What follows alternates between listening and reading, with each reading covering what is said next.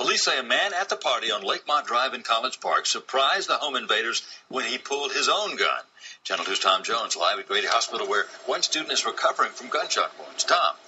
Yeah, John, that female student was caught in the middle of the gunfire, and she is lucky to be alive. Actually, all those students who were at that party are thankful that one student took matters into his own hands.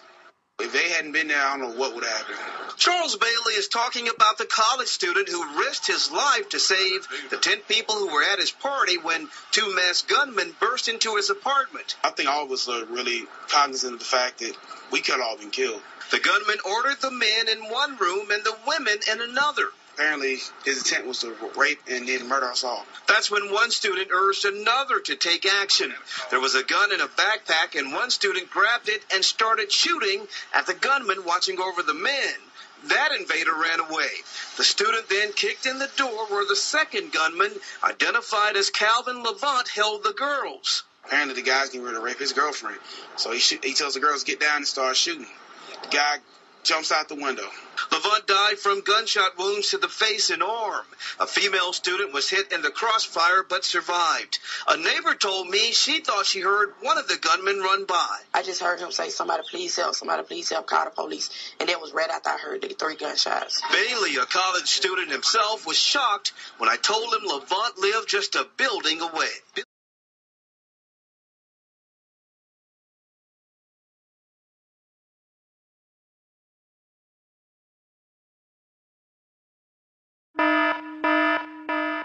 Warning, warning, this is a propaganda alert.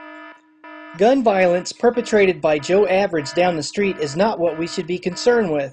What we should really be worried about is gun violence perpetrated by government. Here are a few facts for people to consider.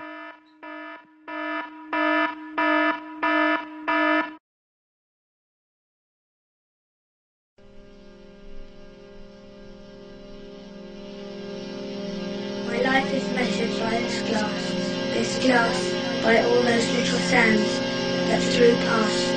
See how they press, see how they strive, which shall with greatest speed and greatest quickness fall. See how they raise a little mound, and then with their own weight do level it again. But when they have all got through, they give o'er their nimble sliding down, and move no more. Just such is man, whose hours still forward run, being almost finished, ere they are begun. So perfect nothings, such light blasts are we, that ere we are aught at all, we cease to be. Do what we will, our hasty minutes fly, and while we sleep, what do we else but die? How transient our joys, how short their day, that they creep on towards us but fly away. How stinging are our sorrows, where they gain, but the least witting, there we will remain. And how groundless are our hopes, how they deceive our childish thoughts, and only sorrow leave. How real are our fears, they blast us still rend us, still with gnawing passion spill.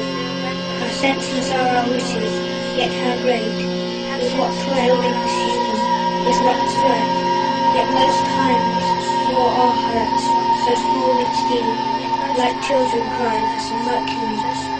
Escapes for marriage, yet his fickle head knows not what cares wait in the marriage bed. Disvows virginity, yet knows not what loneliness, grief, discontent attends that state.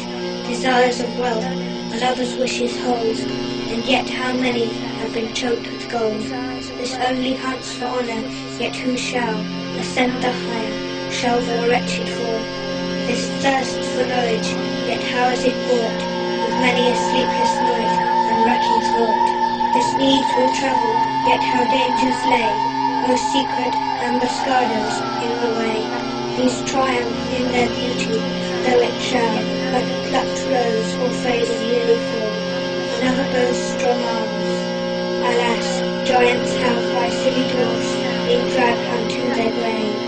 These ruffle in rich silk, though never so gay. A well-plumed people is more gay than they. Poor man, what of?